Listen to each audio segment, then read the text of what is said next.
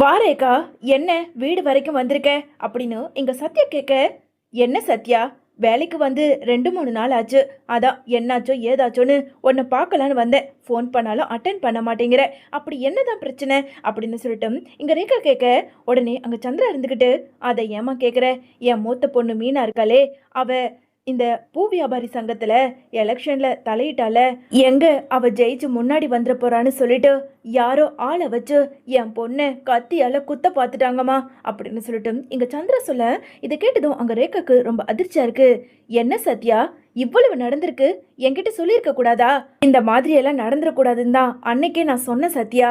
ஆனா நான் 3வது ஆளு தானே, நான் சொல்லி நீங்க எங்க கேட்க போறீங்கன்னு தான் நானுமே அமைதியாயிட்டேன் அப்படின்னு இங்க ரேகா சொல்ல, உடனே சத்யா இருந்துக்கிட்டு, எனக்கும் இது முன்னாடியே தெரியும் தான் ரேகா, ஆனா அந்த சிந்தாமணி இப்படி பண்ணுவான்னு நாங்க யாருமே நினைச்சு பார்க்கல அப்படின்னு சிந்தாமணியை இங்க சத்யா சொல்ல, என்னது சிந்தாமணியா, உனக்கு எப்படி தெரியும் அது சிந்தாமணியா தான் இருக்கும்னு? வேற யாரு ரேகா, என் அக்காவுக்கு எதிரியா இருக்க போறது? என் அக்காவுக்கு முதல் எதிரியே பூ வியாபாரத்துல அந்த சிந்தாமணி மட்டும்தான்.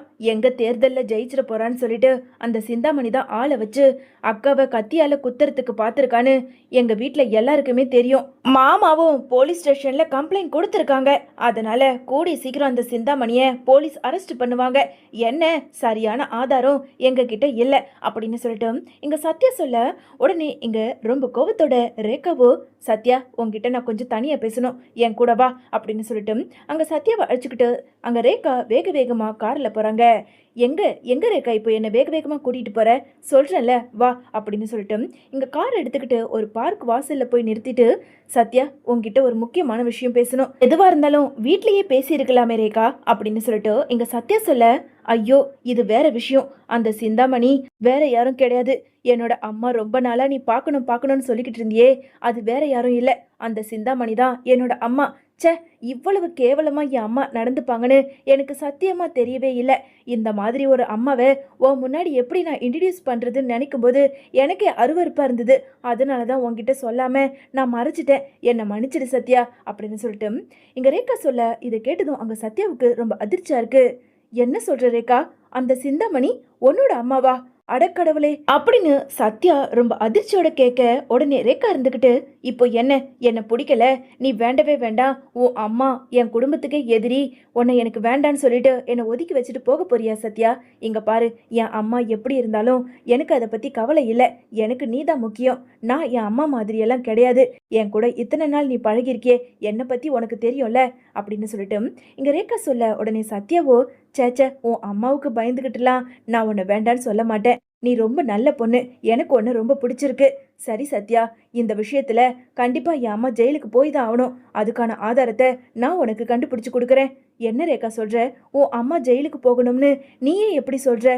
அதெல்லாம் ஒன்றும் வேண்டாம், மாமா போலீஸ் ஸ்டேஷன்ல கம்ப்ளைண்ட் கொடுத்துருக்காரு, அது மூலயமா எதனா இன்ஸ்பெக்டர் எதனா தகவல் சொல்றாரான்னு நாங்க பாத்துக்கிறோம், நீ இந்த விஷயத்துல தலையிட வேண்டாம். என்ன சத்யா சொல்ற, என் அம்மா இப்படி ஆளை வச்சு ஒருத்தவங்களை கொலை பண்ண பார்த்துருக்காரு, அதுவும் நான் கல்யாணம் பண்ணிக்க போற என் ஹஸ்பண்டோட அக்காவை.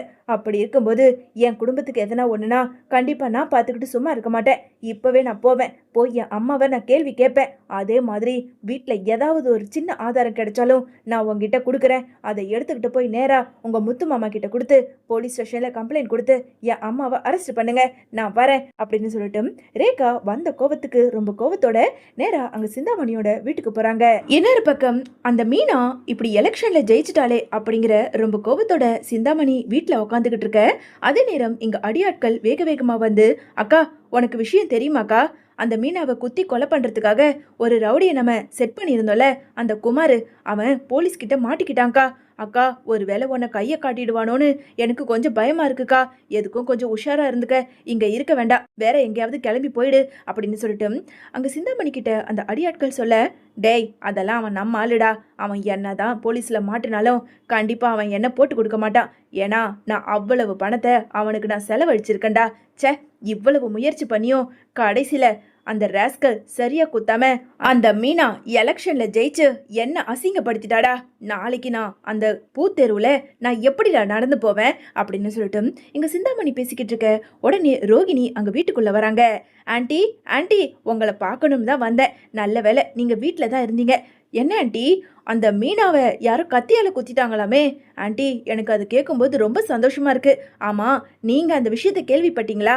இந்தாங்க ஆண்டி, இந்த ஸ்வீட் எடுத்துக்கங்க அப்படின்னு சொல்லிட்டு இங்க ரோகிணி அங்க வீட்டுக்குள்ள வந்த ரோகிணியை பார்த்ததும் இங்க சிந்தாமணிக்கு பயங்கர கோவத்தோட, என்ன கண்ணு, நான் தான் ஆளை வச்சு கத்தியால குத்த சொன்னேன், எனக்கே ஸ்வீட் எடுத்துட்டு வந்து கொடுக்குற, என்ன கொஞ்சம் மிஸ் ஆயிடுச்சு, அவ உயிர் போய் சேர வேண்டியது, கடைசியில உயிர் பழிச்சு அந்த யமனுக்கே டஃப் கொடுத்து இங்க வந்து அவ ஜெயிச்சிட்டா. ச்சே, அதை நினைக்கும் போதுதான் எனக்கு அப்படியே வயிற்றுச்சலா இருக்கு அப்படின்னு சொல்லிட்டு அங்க சிந்தாமணி சொல்ல, என்ன ஆண்டி சொல்றீங்க, நீங்களா பண்ணீங்க? ஐயோ, உங்க வாய்க்கு தான் முதல்ல ஸ்வீட் போடணும். எப்படியோ அவ கத்தியால குத்து வாங்கினால அதை நினைச்சு சந்தோஷப்படுங்க ஆண்டி. இப்போ என்ன, இந்த எலெக்ஷன் இல்லைன்னா அடுத்த எலெக்ஷன்ல நீங்க ஜெயிக்க போறீங்க, அதை விட்டுட்டு கவலைப்பட்டுக்கிட்டு உட்காந்துக்கிட்டு இருக்கீங்க. இந்தாங்க ஆண்டி, ஸ்வீட்டை பிடிங்க அப்படின்னு சொல்லிட்டு இங்க ரோகிணி ஸ்வீட் கொடுத்துக்கிட்டு இருக்க அதே நேரம் இங்க வீட்டுக்குள்ள அங்க ரேகா வராங்க. வந்த ரேகாவோ, அம்மா உங்ககிட்ட நான் தனியா பேசணும்.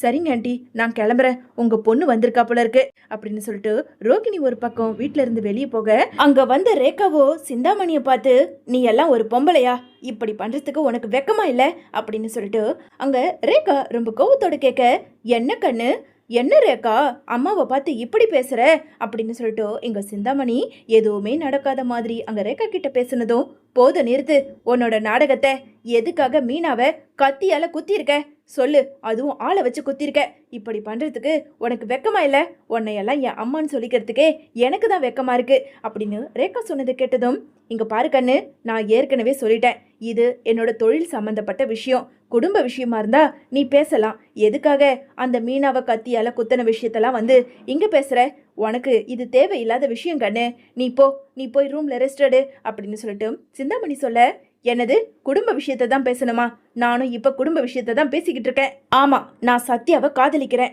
சத்யாவை நான் காதலிக்கிறேனா, சத்யாவோட அக்கா எனக்கு சொந்தக்காரங்க தானே, அப்போ நீ சொந்தத்துல ஒருத்தவங்களை கத்தியால குத்தும் போது எப்படி நான் பார்த்துக்கிட்டு சும்மா இருக்க முடியும், அதுவும் என் குடும்பம் தான், அதனாலதான் இப்போ நான் உன் முன்னாடி வந்து இப்படி கேள்வி கேட்கறேன், எனக்கு பதில் சொல்லு, எதுக்கு மீனாவை நீ கத்தியால குத்துன அப்படின்னு சொல்லிட்டு அங்க ரேகா வந்த கோவத்துக்கு சிந்தாமணியை பார்த்து பயங்கர கோவத்தோட கத்திக்கிட்டு இருக்க. உடனே சிந்தாமணிக்கு இதை கேட்டதும் அதிர்ச்சி ஆகுது. என்ன கண்ணு சொன்ன, என்ன சொன்ன, அந்த சத்யாவை நீ காதலிக்கிறியா?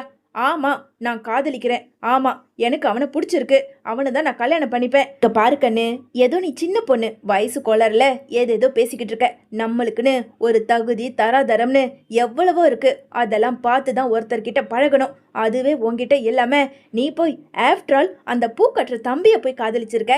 ச்சே, அதுவே ஒரு பூ கட்டுற குடும்பம், அந்த குடும்பத்துல இருந்து அவனை போய் காதலிச்சிருக்கனா அப்படியெல்லாம் சாதாரணமா விட்டுட்டு என்னால போக முடியாது, முதல்ல அவனையெல்லாம் தூக்கி போட்டுட்டு உன் வேலையை பாரு, உனக்குன்னு ஒரு பையனை கல்யாணம் பண்ணி வைக்க எனக்கு தெரியும், முதல்ல உன் அப்பா கிட்ட பேசணும் அப்படின்னு சொல்லிட்டு இங்க சிந்தாமணி சொல்ல, என்ன சொன்ன, பூ கட்டுற குடும்பமா, நீயும் பூ கட்டுற குடும்பத்துல இருந்துதான் இந்த அளவுக்கு வசதியும் வாய்ப்பும் மற்றவங்களை ஏமாத்தி அடுத்தவங்க வயிற்றுல அடித்து பிடிச்சி வட்டியை வாங்கி இப்படி மேலே வந்திருக்கே தவிர ஒன்றை மாதிரியெல்லாம் அவங்க மேலே வரல, அவங்க கண்டிப்பாக உழைச்சி தான் மேலே வருவாங்க, அதை பற்றியெல்லாம் நீ பேசாத, உனக்கு தகுதியே கிடையாது, இங்கே பாரு, இதுதான் உனக்கு கடைசி, இன்னொரு தடவை நீ அந்த மீனாவை ஏதாவது பண்ணனா அதுக்கப்புறம் நான் மனுஷியா இருக்க மாட்டேன் அப்படின்னு ரேகா ரொம்ப கோவத்தோடவே சிந்தாமணியை கத்திட்டு நேரா ரூமுக்கு போறாங்க. இன்னொரு பக்கம் இங்க சிந்தாமணியோ தன்னோட அடியாட்கள் கிட்ட, என்னடா இது, இவ வேற ட்ராக்ல போய்கிட்டு இருக்கா போல இருக்கு, முதல்ல அந்த சத்யாவோட கதையை முடிச்சு விடு, இன்னொரு தடவை இவ வந்து சத்யா சத்யான்னு இங்க வந்து ஏன் முன்னாடி பேசவே கூடாது,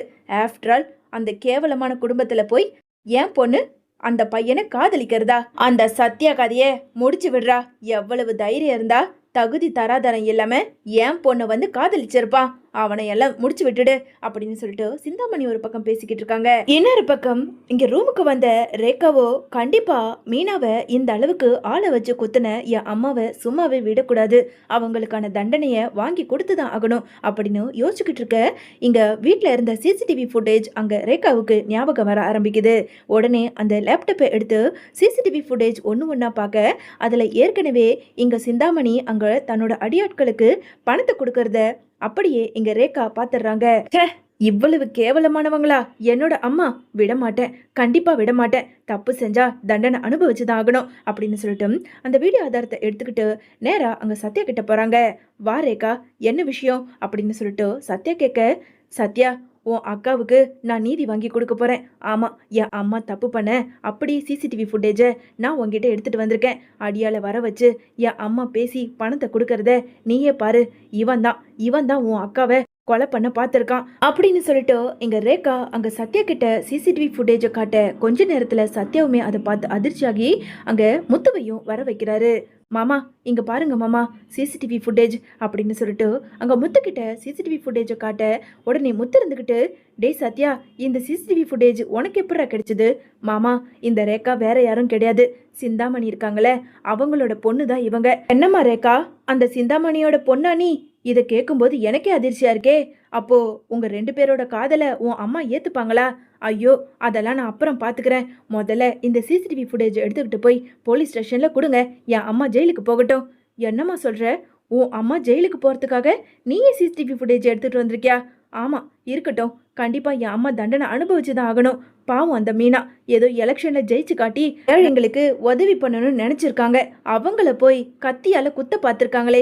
ராட்சசி தான் எங்க அம்மா. முதல்ல நானும் வரேன் வாங்க அப்படின்னு சொல்லிட்டு நேரா போலீஸ் ஸ்டேஷன் போக, வாங்க முத்து, உங்களுக்கு நானே கால் பண்ணணும்னு இருந்தேன் அப்படின்னு இன்ஸ்பெக்டர் சொல்ல, பக்கத்துல இருந்த ரவுடிய அடையாளம் காட்டி, சார் இவன் தான் சார் உங்களோட மனைவி மீனாவை கத்தியால குத்தி இருக்கிறது அப்படின்னு சொல்லிட்டு இன்ஸ்பெக்டர் சொல்ல, உடனே அங்க இருந்த முத்துவோ, சார் இவன் யார் சொல்லி மீனாவை கத்தியால குத்திருக்கான்னு இவனை விசாரிச்சிங்களா? ஆமாம் சார், விசாரிச்சோம். எவ்வளவு சொல்லியும் இந்த ராஸ்கல் சொல்லவே மாட்டேங்கிறான். இவன் யார்கிட்டயோ நிறைய பணத்தை வாங்கியிருக்கான் போல இருக்கு அப்படின்னு சொல்லிட்டு அங்கே இன்ஸ்பெக்டர் சொல்ல, உடனே அங்கே ரேகா இருந்துக்கிட்டு, சார் இவன் யாரோட ஆளும் இல்லை சார், என் அம்மா சிந்தாமணி அனுப்பின ஆள் தான் சார். இவன் என் அம்மா கிட்ட பணத்தை வாங்கிட்டு தான் சார் அந்த மீனாவை கத்தியால குத்திருக்கான். அதுக்கான சிசிடிவி ஃபுட்டேஜை நான் கொண்டு வந்திருக்கேன் அப்படின்னு சொல்லிட்டு அந்த வீடியோ ஆதாரத்தை இன்ஸ்பெக்டர் கிட்ட போட்டு காட்ட, இன்ஸ்பெக்டரோ அந்த வீடியோ ஆதாரத்தை பார்த்து, ஏண்டா ராஸ்கல், எவ்வளவு நேரம் விசாரிச்சேன், கடைசியில் அந்த சிந்தாமணி கிட்ட பணத்தை வாங்கிட்டு தான் நீ மீனாவை குத்தி கொலை பண்ண பார்த்துருக்கியா? ராஸ்கல், உன்னையெல்லாம் விடவே கூடாது அப்படின்னு சொல்லிட்டு கிளம்புங்க, நேராக நாம் போய் சிந்தாமணியை அரெஸ்ட் பண்ணணும் அப்படின்னு நேராக போலீஸ் இன்ஸ்பெக்டர்னு எல்லாருமே கிளம்பி அங்கே சிந்தாமணியோட வீட்டுக்கு போக, சிந்தாமணி வீட்டில் இருக்கிறத பார்த்ததும் இன்ஸ்பெக்டரோ, இவ்வளவு பண்ணிட்டு நீ எவ்வளோ சாதாரணமாக வீட்டில் உட்காந்துக்கிட்டு இருக்க, முதல்ல ஸ்டேஷனுக்கு நடமா அப்படின்னு இன்ஸ்பெக்டர் சொல்ல, என்ன சார் சொல்றீங்க? நான் என்ன பண்ணேன்? என்னம்மா, எதுவுமே பண்ணாத மாதிரி நடிக்கிறியா? அந்த மீனாவை கத்தியால குத்தி கொலை பண்ண ஆளை வச்சுட்டு இப்போ என்னமோ நடிச்சுக்கிட்டு இருக்கியா? அதுக்கான ஆதாரம் உங்க பொண்ணே காட்டியாச்சு அப்படின்னு சிந்தாமணி கிட்ட சொல்ல, சிந்தாமணிக்கு ரொம்ப அதிர்ச்சியாக இங்க இன்ஸ்பெக்டரோ அந்த வீடியோ ஆதாரத்தை போட்டு காட்ட, அதுல சிந்தாமணி அந்த அடியாட்களுக்கு பணத்தை கொடுக்கறது அப்படியே கவரேஜ் ஆயிருக்கிறத பார்த்ததும் முத்து இருந்துகிட்டு, என்ன சிந்தாமணி, என்னோட ஒய்ஃப் மீனாவையே குத்தி கொலை பண்ண பார்த்த, கடைசியில உன் பொண்ணே ஆதாரத்தோட வந்து உனக்கே ஆப்பு வச்சால, ஆனால் நீ எப்படி இருக்கியோ இல்லையோ உன் பொண்ணு ரொம்ப தங்கமானவ அப்படின்னு சொல்லிட்டு இங்கே முத்து ரேகாவை ரொம்ப பெருமையாக சொல்ல, அங்கே போலீஸுமே சிந்தாமணியை அரெஸ்ட் பண்ணி கூட்டிகிட்டு போகிறாங்க.